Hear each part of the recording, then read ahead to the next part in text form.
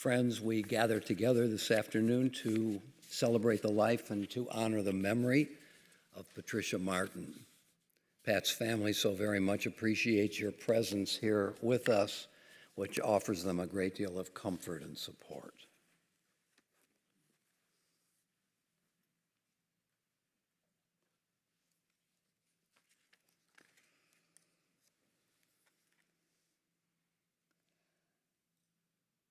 Mismol David, Adonai roi lo echsar, Binot yarbitzeni al menuchot yanachaleni, Nafshi shovev, Yanacheni v'magle tzedek l'ma'an shemo, Gam kirelech begetz al mavet, Lo hirara ki ata imadi Shiftecha umishantecha hemayanachamoni Ta'aroch lefanai shulchan neged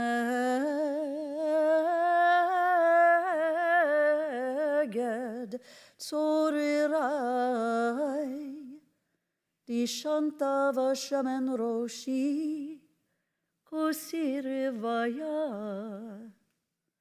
Ach tov chesed yudifuni koya mechayai Vishaveti beveit Adonai leorech yamim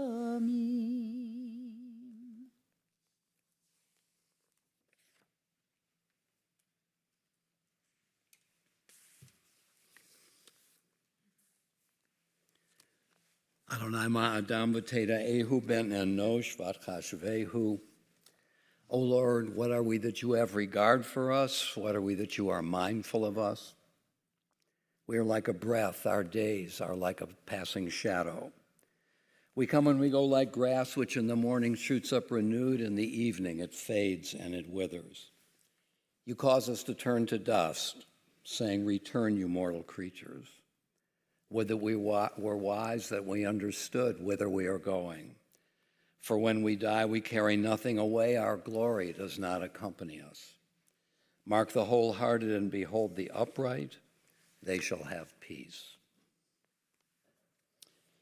The author of the first of the Bible's 150 Psalms describes for us in language that is both poignant and succinct the nature of the good life and the fruits of that life. Happy are those who have not followed the counsel of the wicked or taken the path of sinners or joined the company of the insolent. Rather, the teaching of God is their delight, and they study that teaching day and night. They are like a tree planted beside streams of water that yields its fruit in its season, whose foliage never fades, and whose fruit always flourishes. Before we read together the 23rd Psalm, I want to suggest to you that though it is famous, it is deservedly famous. For in 55 words, it describes a worldview that combines an honest realism about the difficulties of life, and it does not promise a resolution to them, and also an idealism that suggests that in times of difficulty, of travail, there are those who accompany us. The Bible especially describes, of course, that, yea, though I walk through the valley of the shadow of death, I will fear no evil, for thou art with me, suggesting that it is God who is with us.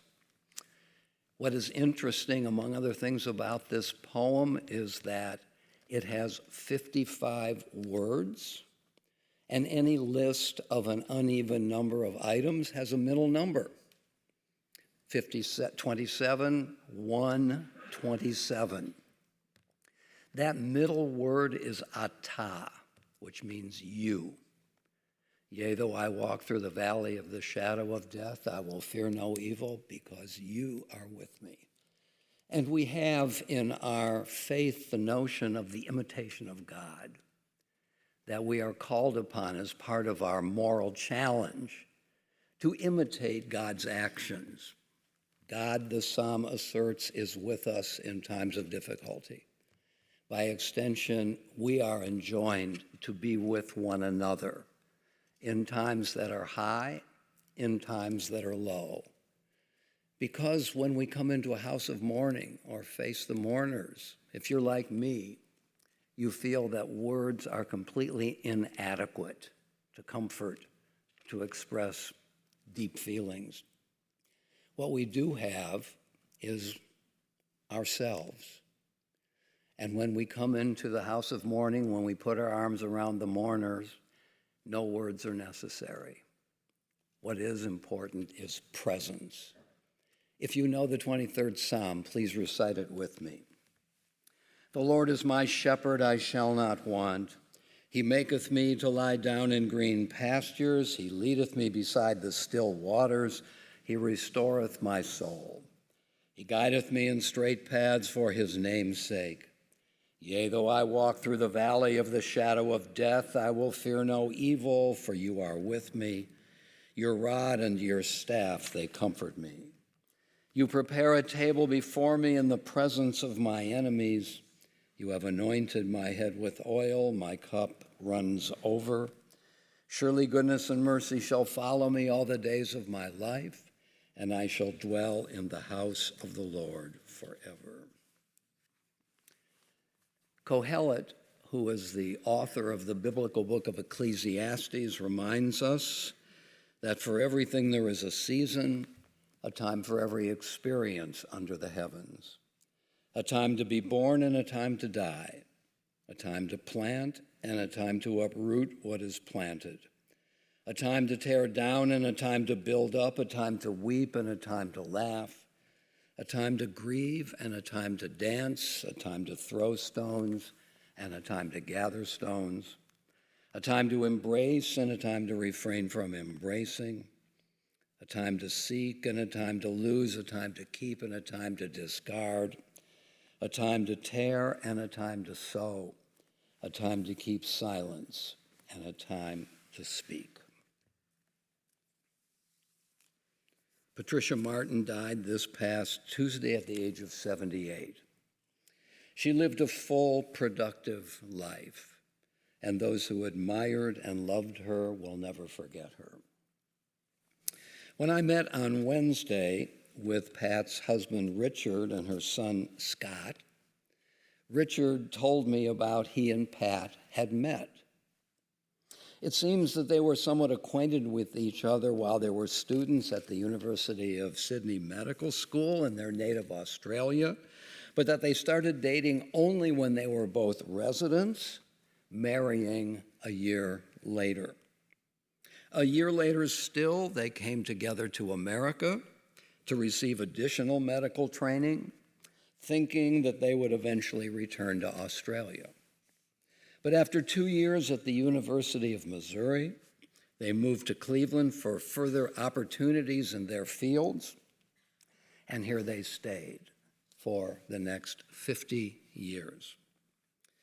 Pat herself went on to pursue a rich career here as a well-known psychoanalyst. Now, when I asked Richard and Scott to describe those attributes of Pat's that made her the successful analyst that she was, the two of them came forth with several responses. She was, they said, an excellent listener, a thoughtful problem solver, deeply curious, and a consummate professional, committed to both her whole circle of colleagues and to the dynamic evolution of psychoanalysis itself. And when I asked Richard and Scott to describe the broader attributes of her character, they responded by saying that she was tough in the sense of being strong and resolute. And by way of illustration, they told me a story about Pat's early years. It seems that as a child, Pat went off to a Catholic boarding school, and there she thrived, both academically and athletically. Now, she was able to thrive because her tough, competitive spirit enabled her to strive for excellence. And along the way, she decided that she wanted to become a doctor. But the nuns at her school resisted, telling her that women could not become doctors and that her best chance was to become a nurse. This advice did not deter her. But when she graduated from the boarding school, she had not yet received the academic requirements necessary for entrance to a medical school, having studied neither chemistry nor physics. But when Pat set her mind on a goal, she persisted until she reached it. In the words of Richard and Scott, she thereupon pursued obtaining the requirements she needed, and then she was accepted to the medical school. And when it became clear nearly 40 years ago that she would need a liver transplant to survive, noteworthy elements of her character again rose to the fore. First, though this kind of surgery was still in its early development, Pat was determined to have the surgery and then to discipline herself to do whatever was necessary to maintain her health, even if it meant taking constant doses of immunotherapy in order to do so.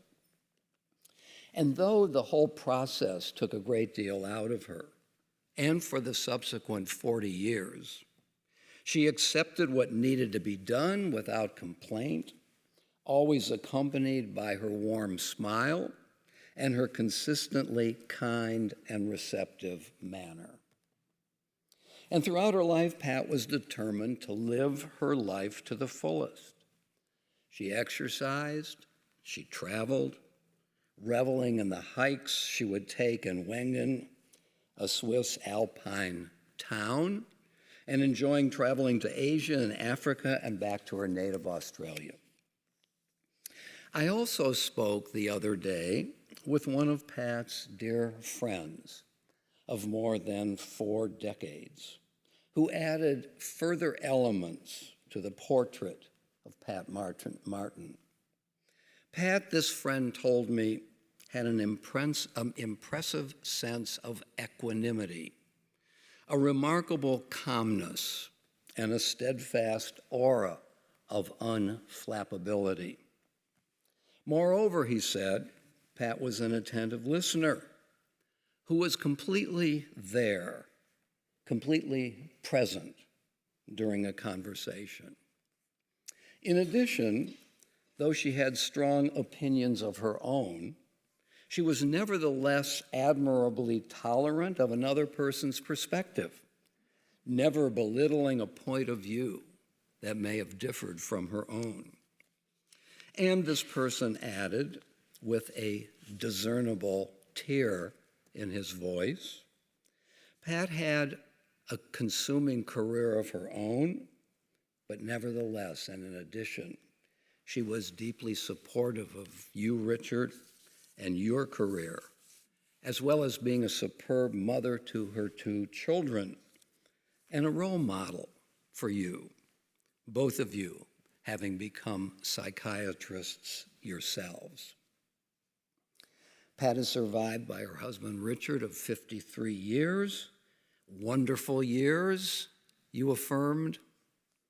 She is also survived by her son, Scott, and her daughter, Sonia, by her daughter-in-law, Molly, and her son-in-law, Peter, and by her grandchildren, Mateo, William, Soren, and Adelaide, and by her sister, Jane, and her brother-in-law, Rob. Pat Martin lived a long life, filled with professional accomplishment, with family, and with many of life's pleasures. She faced significant health challenges, but she faced them with determination and with grace. And she did what was necessary to disallow them to dictate how she should live. And I think you will agree, she lived very well. The memory of Patricia Martin will always be our blessing. Amen. It's my pleasure now to call on several family members who will talk about her life, her qualities, and her accomplishments. First of all, her son, Scott.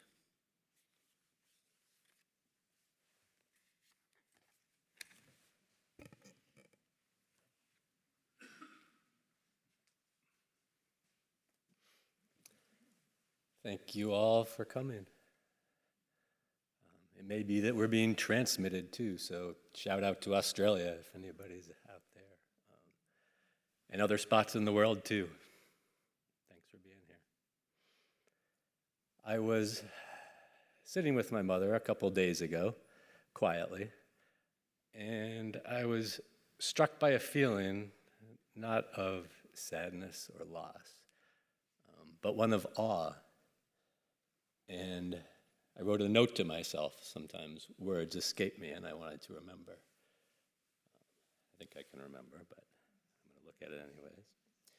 It's incredible what can be done in a lifetime if one sets one's mind to it. That's all. It's incredible what can be done in a lifetime. She did so much, and she did it with strength and determination and courage and confidence. Of course, she wanted to do more. When she was explaining to us her reasons for undergoing a kidney transplant, she said, "Well, I'm not ready to give up just yet. I still have lots of good things to do." Just picture her saying that. I didn't ask her what she had in mind. I can only imagine. She was an adventurer.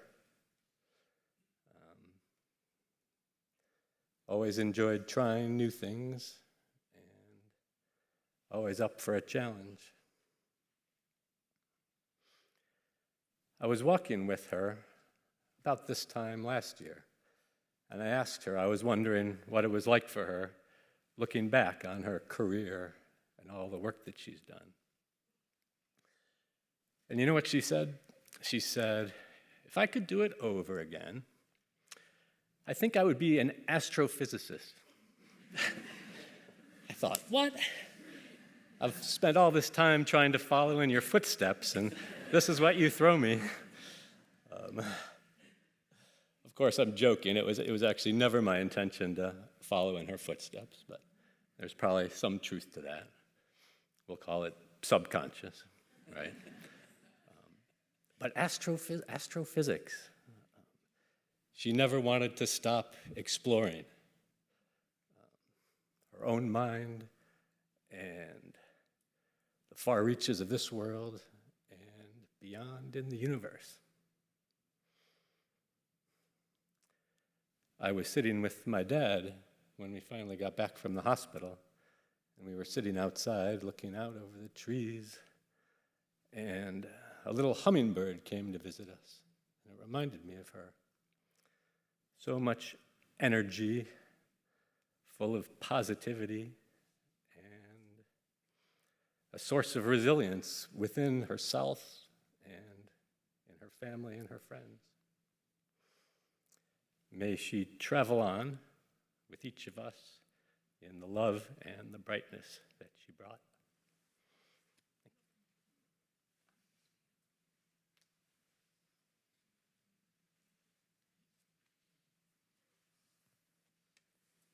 Pat's daughter, Sonia.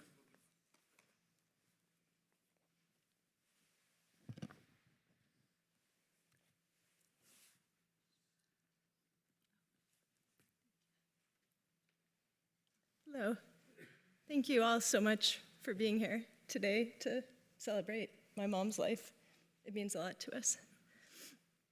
Mom, or Grandma, as she was known in our household, would always send me a text late at night.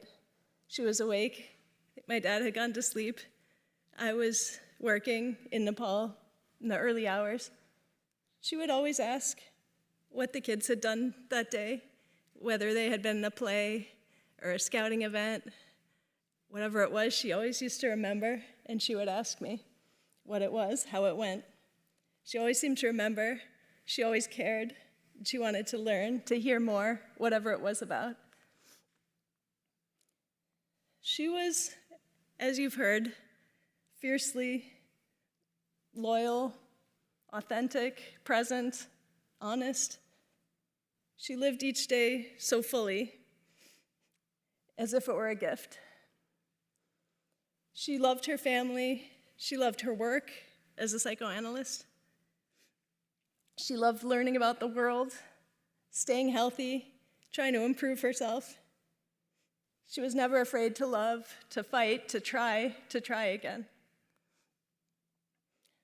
I'm just so grateful that my husband, Peter, my kids, Mateo and Soren, that they got to know her.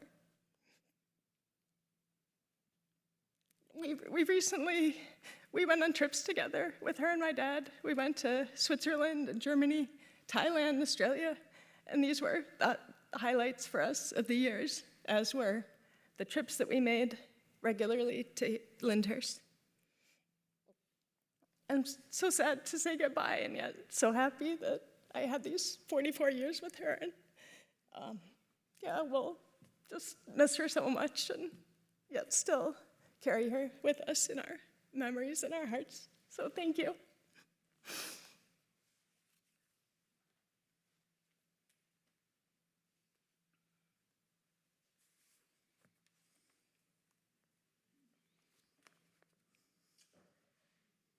Pat's friend, Roz Panaroff.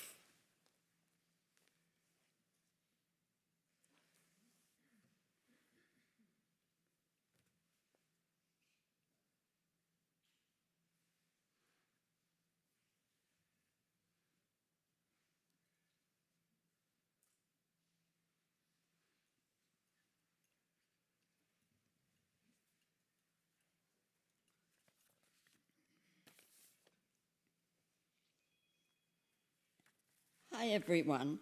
My name is Roz Panaroff, and I'm here to share a little bit about my truly remarkable friend, Pat. My husband, Av, and Richard have known each other for over 50 years.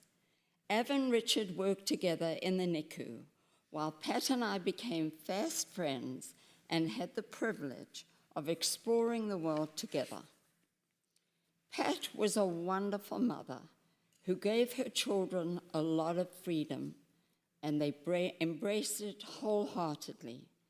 She was an adoring grandmother who loved spending quality time with her grandchildren. One of Pat's most notable qualities was her unwavering determination and discipline. As you have heard, she was a force to be reckoned with, living life on her own terms.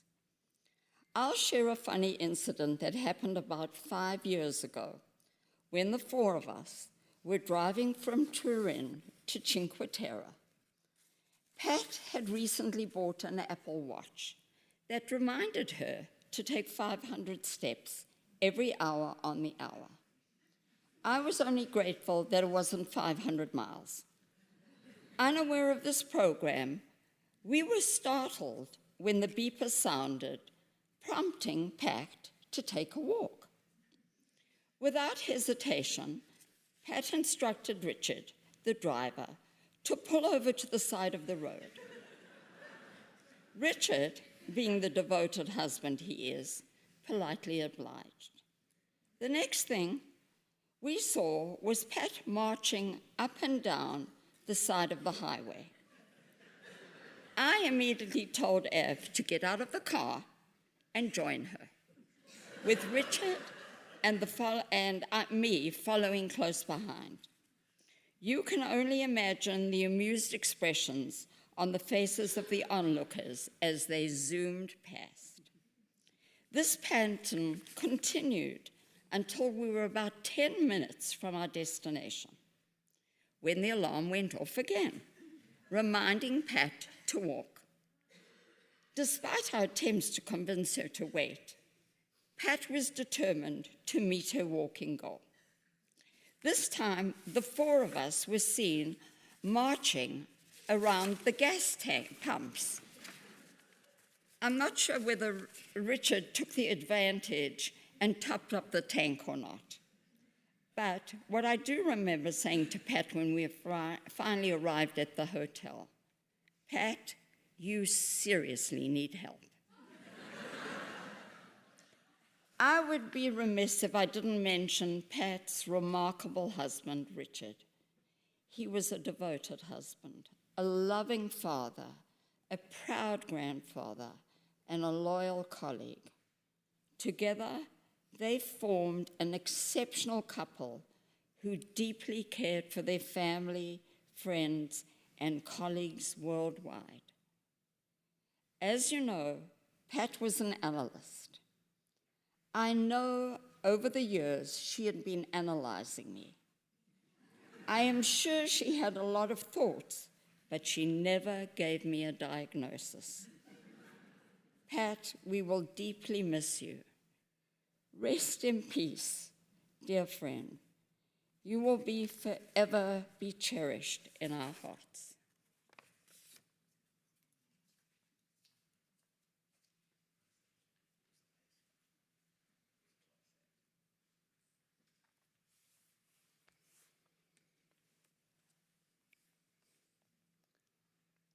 Now I want to call on Pat's four grandchildren, Mateo, William, Soren, and Adelaide.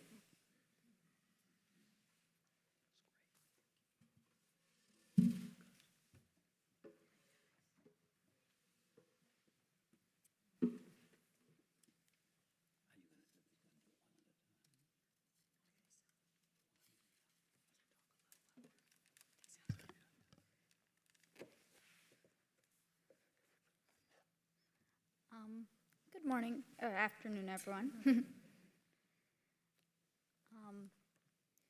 Today I just wanted to highlight one of the person who I called Grandma's favorite places. Every year we travel to Bangkok, and she and Grandpa would always be there. Every year we would drag Grandma, and also sometimes Grandpa, wherever we wanted to go. It's like ice skating and rock climbing, laser tag, and even to the trampoline park. Grandma was always willing to take us everywhere, but more she would join us on the rock climbing wall and come skating and laser tagging.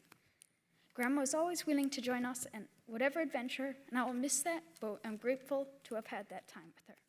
Thank you.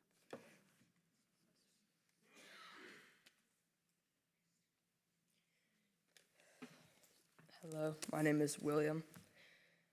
My grandma was one of the most kind, thoughtful, and selfless people I've ever met, and I'm just so glad that I got as much time with her as I did. I'm so thankful that all you came out here to celebrate and think of her today.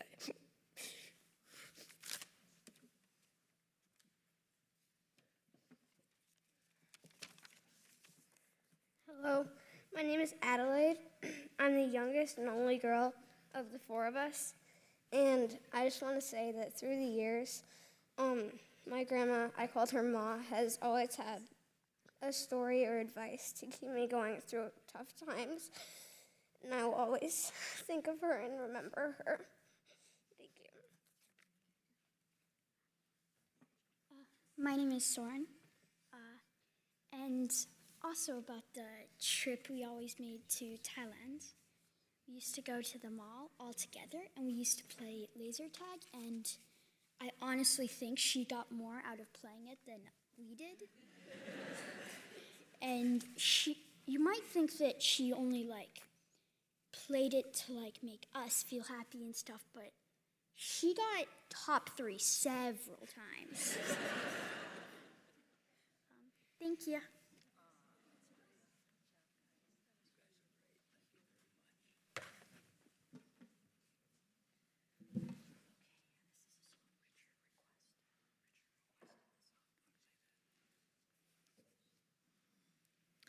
This is a song Richard requested be sung this afternoon.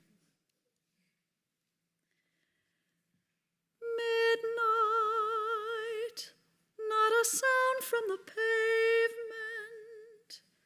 as the moon lost her memory, she is smiling alone.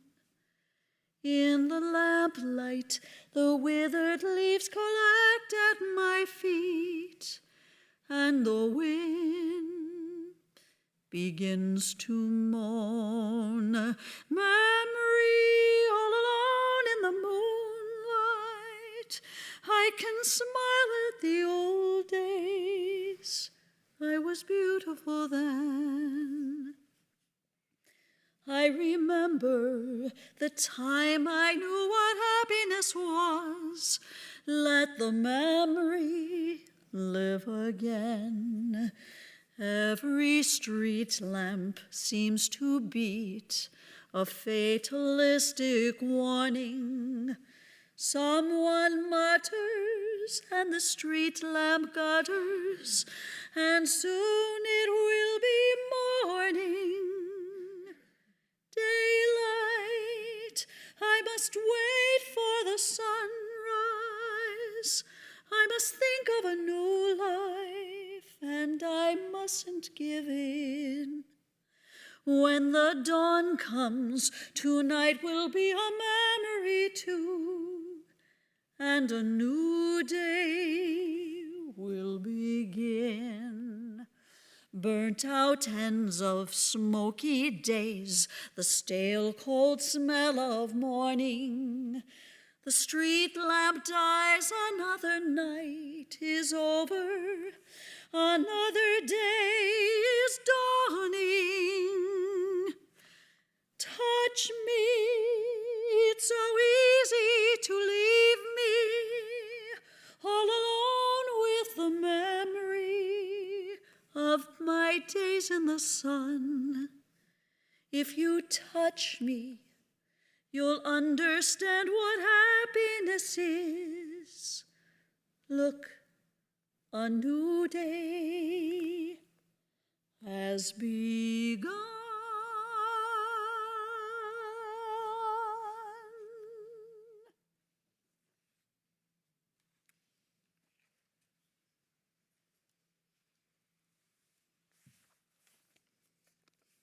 Friends, I think you'll agree with me that there are many forms of tribute to the losses we experience, tributes to our friends. Your presence here this afternoon in such large numbers is a wonderful tribute to Pat. Certainly what Cantor Sebo and I are able to do up here, we hope is an important part of the tributes offered. But I always feel that when the family, children, and I guess I have to say it, especially grandchildren, when they are able to step forward, as the four of you did just a few minutes ago, and to say something articulately and from the heart, that is really an extremely potent form of tribute. Now, I want to be fair. Several families have plenty to say, but for their own reasons, don't want to speak in public. Certainly many grandchildren. But when the grandchildren especially, but the children as well, speak, I think this is something that has a kind of directness and emotional valence that speaks so very loudly. Tribute to your mother, tribute to your grandmother. O God of life, amid the ceaseless tides of change which sweep away the generations, your love remains to comfort us and to give us hope. Around us are life and death, decay and renewal, the flowing rhythm that all things obey. Our life is a dance to a song that we cannot hear. Its melody courses through us for a little while, then it seems to cease. Whence the melody and whither does it go? In darkness as in light, we turn to you, the source of life, and the answer to all of life's mysteries. As you are able, I invite you now to rise for the El Malei Rachamim. El Malei Rachamim, shochen במרומים, עמסמנו חנכונה תחת כנפך השכינה במעלות קדושים וטהורים, כי זוהר הרקיע מסעירים. את נשמת יקירנו, שהלכה לעולמה בגן עדן תחי מנוחתה ענת. בעלך רחמים אסתירך בסתר כנפיך לעולמים, וצרור בצרור אמת נשמתה, אדוני חון נחלתה, וינוח בשלום על משכבה, ונאמר אמן. Compassionate God, eternal Spirit of the universe, grant perfect rest in your sheltering presence to Patricia Martin, our loved one who has entered eternity. O God of mercy, let her find refuge in the shadow of your wings, and may her soul be bound up in the bond of everlasting life. God is her inheritance. May she rest in peace, and let us say together, Amen. I want to conclude this service with the recitation of the Mourner's Kaddish, with which we conclude all funeral services and worship services. And I want to say something about this prayer. It is a doxology. It is a series of praises of God, of the God who gave us life. Now, I'm sure many of us have a variety of views of the mechanisms of the processes of life, not all of them theistic. But I think we can agree, no matter how we think we got here, that getting here has been a gift. The idea of gift is a moral term because gift implies obligations. When we're given something precious, life, this implies that we need to use that gift purposefully and in order to bring life in all of its connotations to others, physical, mental, spiritual, ethical, individual, communal. And this is a prayer that celebrates the possibilities of the lives that we have been given. As we conclude the service with a resolve, just as Pat, through her work, her devotion, enriched the lives of individuals and of communities, so do we have the obligation to reach out to others and to try to ameliorate some of the deeper problems of the lives of others less fortunate than are we. And in this spirit, let us now recite the Mourner's Kaddish. Yitgadal v'yitkadash shemei rabbah, v'yalmad divrach chirutei v'yamlich malchutei, v'chayechon v'yomechon v'chayedechol beit Yisrael, ba'agolav izman kari v'yamru amen. Yehei shemei rabbah mevarach le'olam alamei almaya, Yitbarach v'yishtabach v'yitpa'ar v'yitromam v'yitnaseh v'yithadar v'yitaleh v'yitalal shmei d'kudashah b'richu le'ela min kol birchata v'shirata tushbachata v'nechemata da'amiran b'yalma v'yamru amen. Yehei shalom rabba min shemaya v'chayim aleinu v'al kol Yisrael v'yamru amen. Oseh shalom b'mromav, hu ya'aseh shalom, aleinu v'al kol Yisrael v'yamru amen. May the source of peace send peace to all who mourn and comfort all the bereaved among us, and let us say together, amen.